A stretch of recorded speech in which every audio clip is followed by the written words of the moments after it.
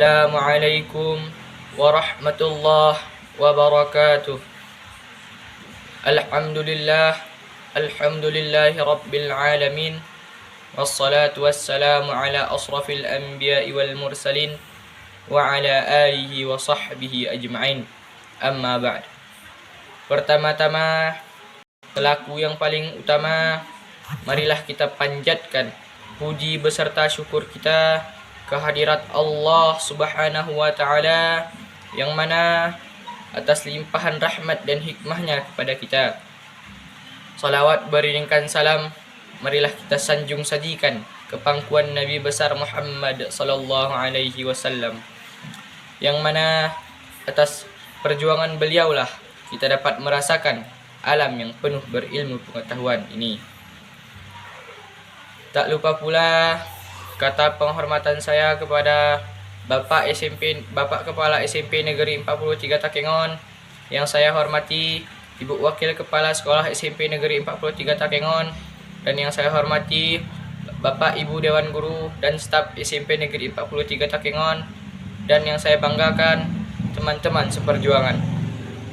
Saya berdiri di depan ini hanya ingin menyampaikan 1-2 patah kata yang berjudul keistimewaan bulan Ramadan. Teman-teman yang dirahmati Allah, puasa Ramadan merupakan salah satu dari rukun Islam yang 5.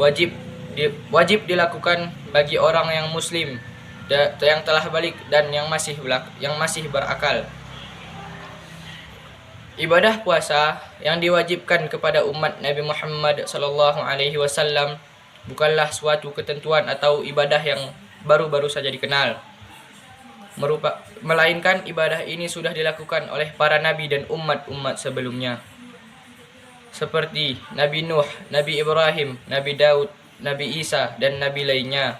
Bahkan risalah puasa yang dikerjakan oleh Nabi Daud bahkan dianjurkan untuk dikerjakan bagi umat Nabi Muhammad sallallahu alaihi wasallam. Adapun mengenai kewajiban berpuasa, Allah Subhanahu wa Ta'ala berfirman dalam Al-Quran yang berbunyi, A'udzu billahi minasy syaithanir rajim. Bismillahirrahmanirrahim.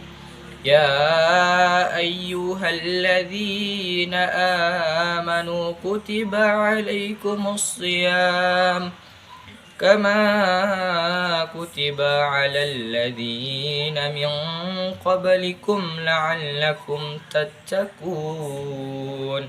Shadaqallahul azim. Yang artinya, hai orang-orang beriman, diwajibkan atas kamu berpuasa sebagaimana diwajibkan atas orang-orang sebelum kamu, agar kamu bertakwa, yaitu dalam beberapa hari yang ditentukan. Quran Surah Al-Baqarah ayat 183 sampai 184. Menurut istilah syara, yang dimaksud dengan berpuasa adalah menghindari diri dari yang membatalkan, seperti makan, minum, dari sejak terbit fajar sampai terbenam matahari. Adapun keistimewaan dalam ibadah puasa adalah yang mengetahui kita beribadah puasa adalah hanya diri kita sendiri, dan Allah lah yang hanya bisa mengetahuinya. Berbeda dengan ibadah-ibadah yang lain seperti bersedekah ataupun salat yang dapat disaksikan oleh makhluk Allah, maupun itu jin, hewan, dan seperti biasa manusia. Mungkin hanya ini yang dapat saya sampaikan. Lebih dan kurang saya mohon maaf. Wabillahi taufiq wal hidayah. Assalamualaikum warahmatullahi wabarakatuh.